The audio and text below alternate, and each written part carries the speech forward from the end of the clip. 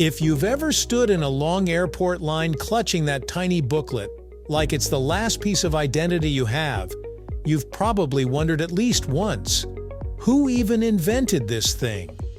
Passports feel so modern, something tied to international airports, security checks, scanners, and digital chips. But the truth is, the passport existed long before planes, airports, and even the concept of a modern country.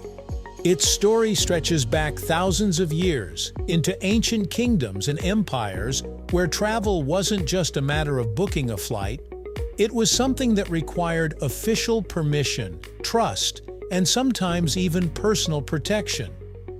So today we're going to look at how a small booklet that now fits in your pocket began as a symbol of safety, authority, and identity long before anyone thought of border control as we know it.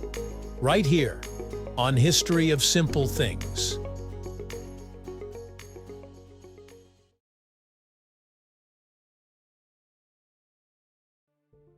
The roots of the passport go all the way back to ancient times, when kingdoms were much smaller and travel was dangerous.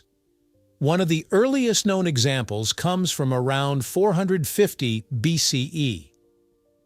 In the Hebrew Bible's Book of Nehemiah, the cupbearer to the Persian king asked for letters granting him safe passage through various regions.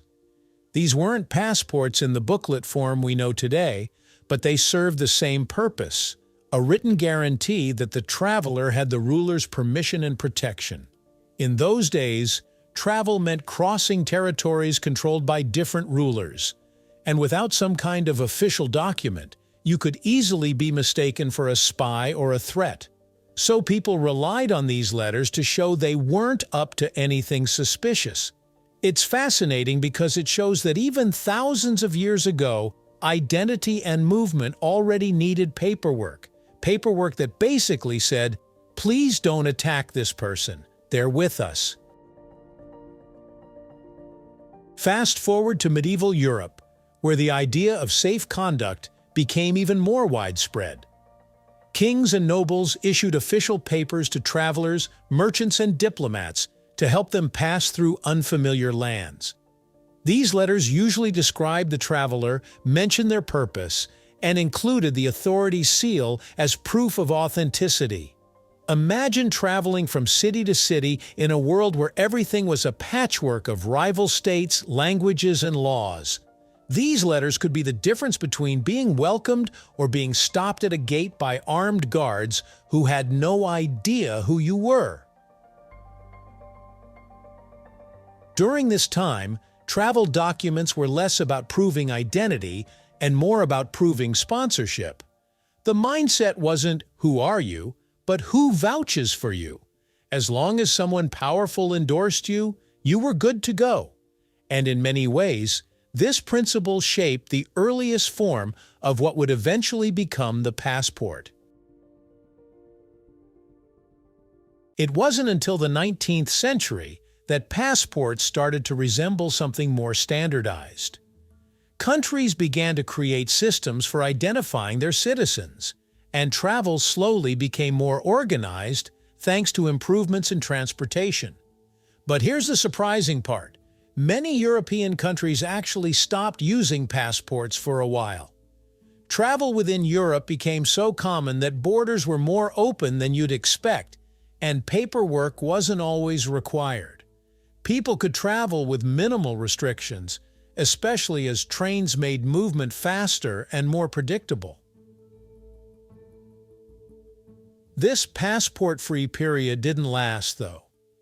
As governments realized they needed better ways to track movement, particularly for law enforcement and national security, the idea of reintroducing identification papers started to grow. But it would take a major global event to bring passports back for good. World War I reshaped the world in many ways, including how people traveled. Governments suddenly became extremely concerned about spies, deserters, and foreign agents moving across borders. So countries brought back strict border controls and required passports for international travel. This was the moment when the modern passport, complete with standardized information, personal identification, and photographs, truly became official. The war showed governments that controlling movement wasn't just a bureaucratic task, it was a security necessity. After the war, these passport requirements didn't go away. Instead, they became an accepted part of global travel, eventually leading to international agreements on what a passport should include. By the 1920s, most countries around the world had introduced their own versions, and international travelers were expected to carry them. As technology advanced, the passport continued to evolve. Photographs became standard. Then came machine-readable text, which allowed airports to scan information quickly.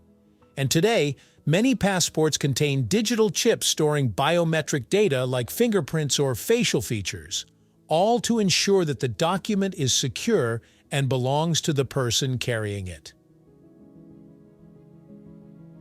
What began as a simple letter guaranteeing safe passage has turned into a globally recognized identity document, something you can't board a plane without. It's an object we sometimes groan about when we misplace it, or when it expires too soon.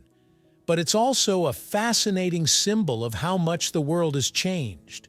Travel is safer, borders are clearer, and identity is more protected, all because of a concept that started with a ruler telling strangers, "Let this person pass, they're under my protection."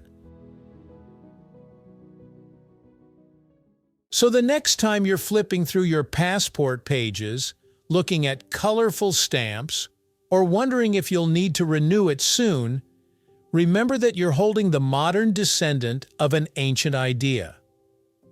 A simple request for safe passage eventually evolved into one of the most important documents we carry today. History really does hide in the smallest everyday objects, including that modest little booklet that quietly tells the story of who you are and where you're allowed to go. Thank you for watching. If you have suggestions for our next video, feel free to share them in the comments below. We'll be sure to give you an acknowledgement for your contribution. If you enjoyed this video, please check out our other bingeable channels. Thank you for joining us on this journey through the history of simple things. Don't forget to like, subscribe, and stay tuned for more stories woven through the smallest details.